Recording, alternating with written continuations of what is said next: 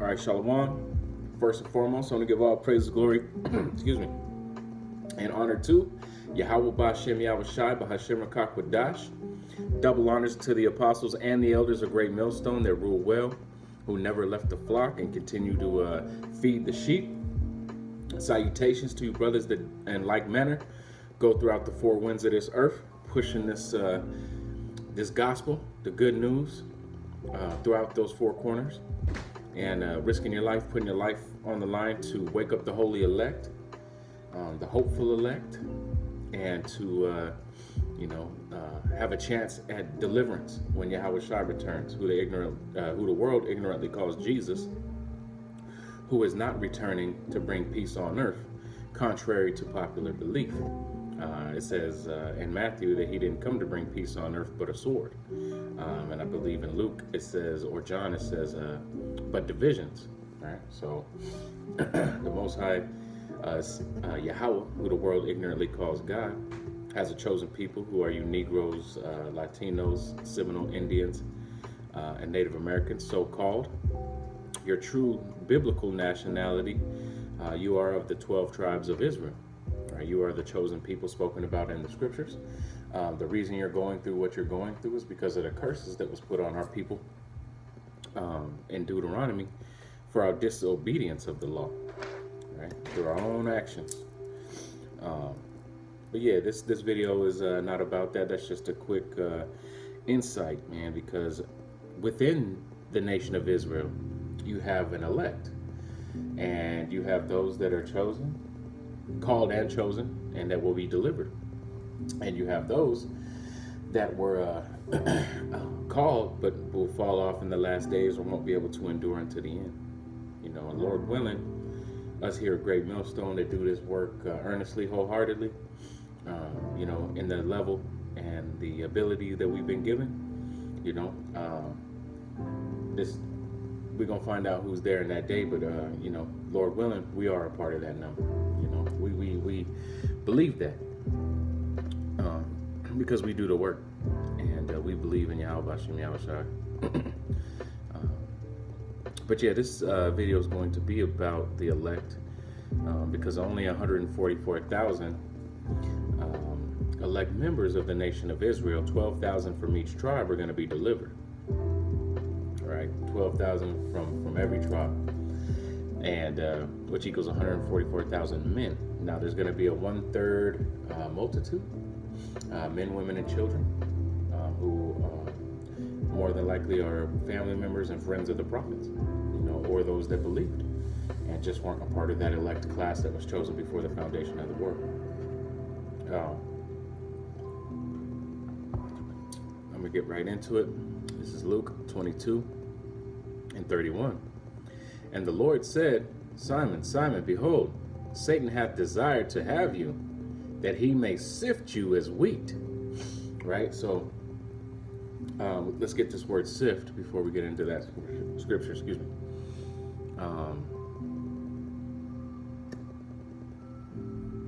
Sift. Old English, sifting, pass something through a sieve, right? So when you're sifting something, let's say it's flour. They have like flours that you can really like roll it, and it'll toss that flour and take the finest parts of that flour, so that you get the best pieces of that flour, or wheat, right? To pass loosely or fall scatteredly, right? Here's the one that is more pertaining to the scripture. Metaphoric sense, to look carefully through, right? So to look carefully through, that's what Yahweh Ba'Shem Yahweh Shai is doing.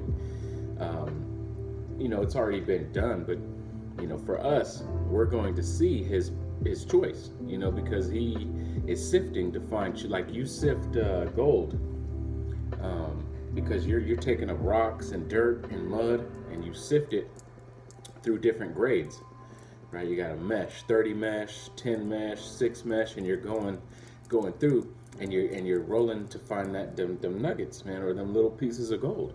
And not only that, but then you stick it to find the really minute pieces of gold. You get it down to the finest mesh that you can possibly sift, and then you put it in another contraption where you pour it in the water, and it goes around in a circle, and it takes all of the gold is heavy, so it stirs up all the dirt and the rock, gets rid of it, and it leaves the gold on the bottom of that pan. And that's exactly what the Lord is going to do with the house of Israel, right? And the elect. Verse 22, but I have prayed for thee that thy faith fail not, and when thou art converted, strengthen thy brethren, right? Each one teach one. Freely you have received, freely give, right? That's our duty.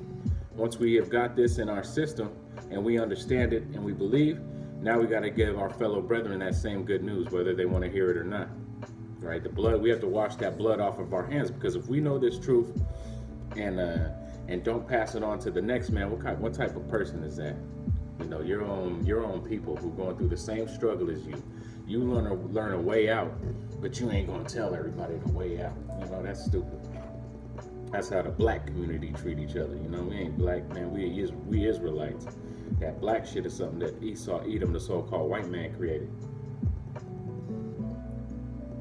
All right, and that has nothing to do with us. Let's see, 34. And he said unto verse 33, and he said unto him, Lord, I am ready to go with thee, both into prison and to death. Verse 34, and he said, I tell thee, Peter, the cock shall not crow this day before that thou shalt thrice deny that thou knowest me. Right? So,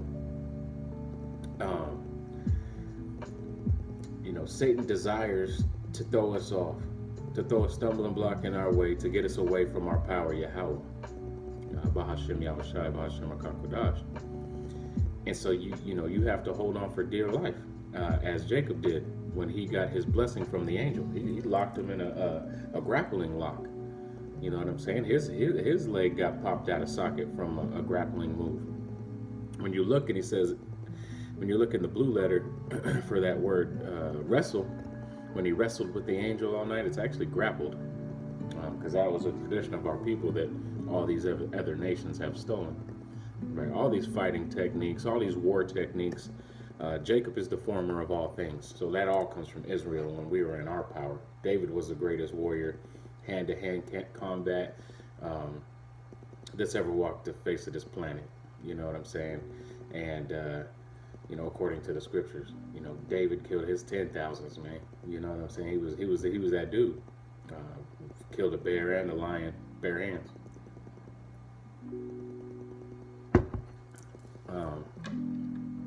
And I don't know if it was, bare hands, but he didn't have a gun. And if he had a sword, that's still a battle. It's a lion and a bear we're talking about here. All right. This is Amos 9:9. Behold, the eyes of Yahweh power, or Lord Yahweh, Adawan Yahweh, are upon the sinful kingdom, and I will destroy it from off the face of the earth. Right? The only people that can sin is those that was given the law. So it's talking about Israel.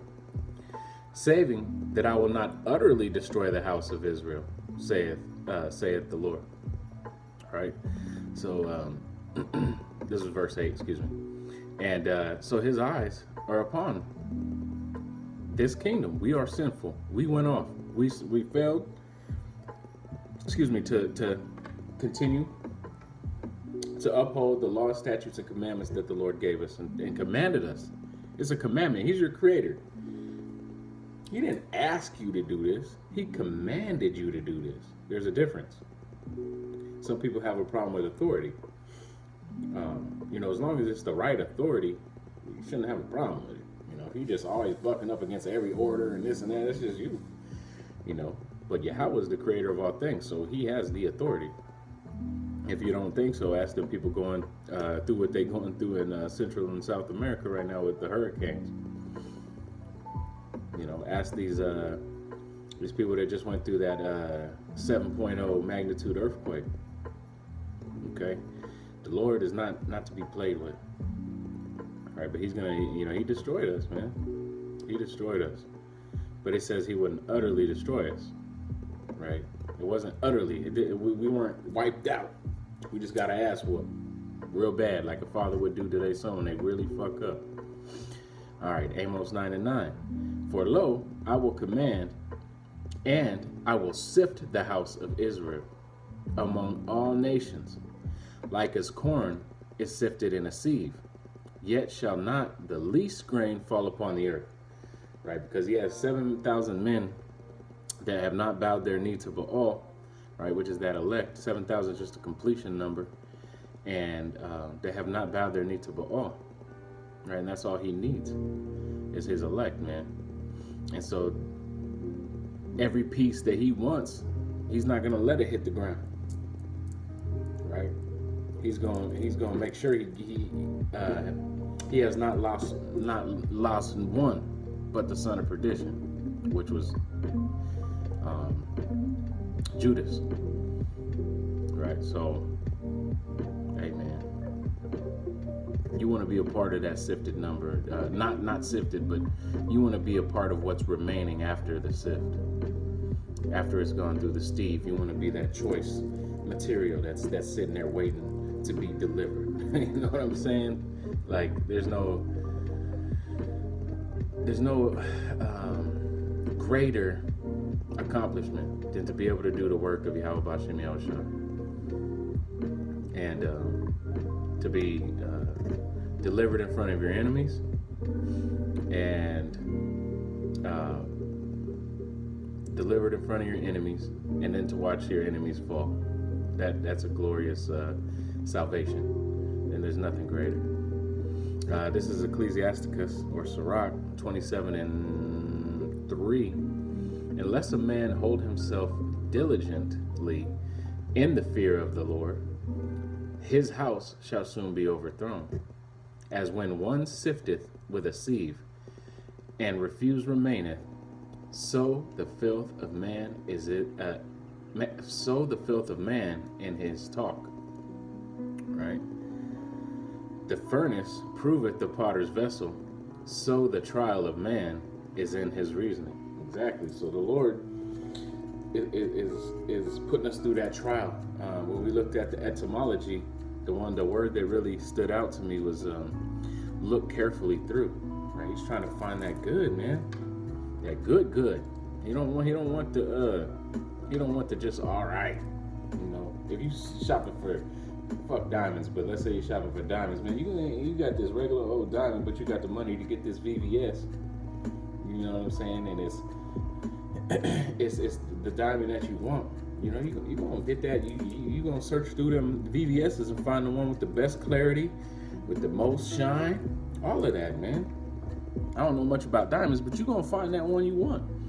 And that's what the Lord's doing, man. He's gonna find his elect, and he's putting us through that furnace of affliction right now to be proven.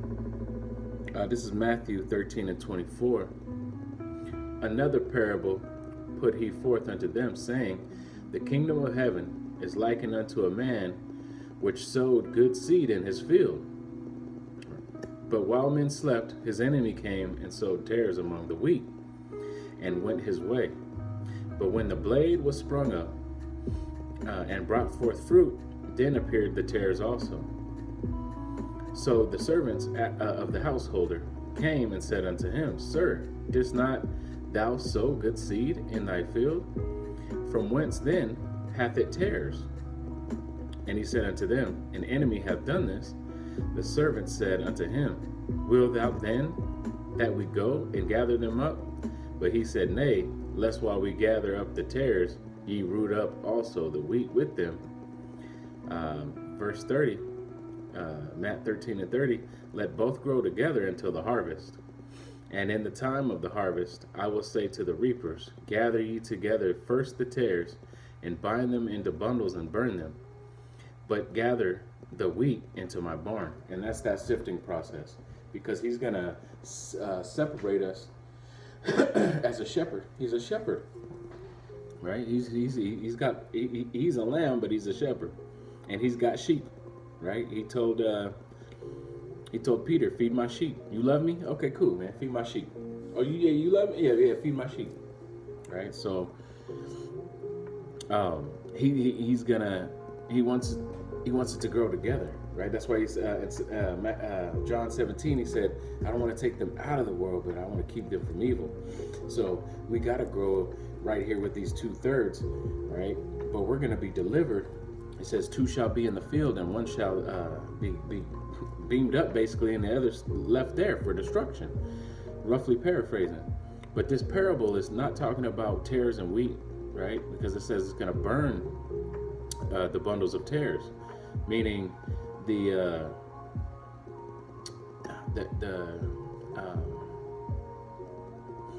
unfit, those that are not fit, are going to be burned, right? Those that are sayers of the word but not doers, right? Those are the ones that are going to be sifted, right? But the ones that he wants gather into his barn, the wheat, the good, right?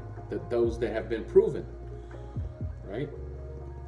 Gather that into the barn, man. But everything else burn up, and that's what's going to happen here when the Lord comes to destroy this place, right? With his fleets of angels and the millions of angels, and he puts it in these heathens' hearts to go to the World War III and create nuclear war against each other. So when this place is the elements are burning with fervent heat, as it speaks about in 2 Peter, you want to be exempt from that. You want that whirlwind of moisture protecting you, as it did the 3 holy children, in the furnace. So, you know what I'm saying? Stay diligent, Stay diligent and stay faithful. Keep doing the work. The Lord is He gonna sift it all out, and He gonna deliver those that deserve delivery, and He gonna destroy those that are reserved under fire. And that's the sifting process you're seeing now, with the hair, with the how many videos to do a week. These are gonna get rid of a lot of people who ain't got no business up in here. Lord willing, we endure until the end. Wholeheartedly, man. For brothers, that we all got love for each other, man, and that's how, the world knows that we are, should know that we are the men of the Lord. So, we pray that all of us that are in this thing working hard and are sincere, to be delivered, man. You know what I'm saying? So, hey, for the hopeful elect, hey, shalom, keep enduring. Let's go, baby. We getting close, man. This chip is coming. This vaccine's coming. That's another sifting process. That's a sifting process of the world. But that's also going to be sifting Israel, because those that take that chip, they're not a part of this thing, And Lord willing, man, the hour of temptation is close, man. We got to, prepare our minds, man. Stay in this work, man. Stay doing this work. Stay reading, stay studying, and keep the faith, Wisdom and knowledge shall be the stability of thy times. And, we close, man. There's no time to fuck around. So let's go, baby. Shalom.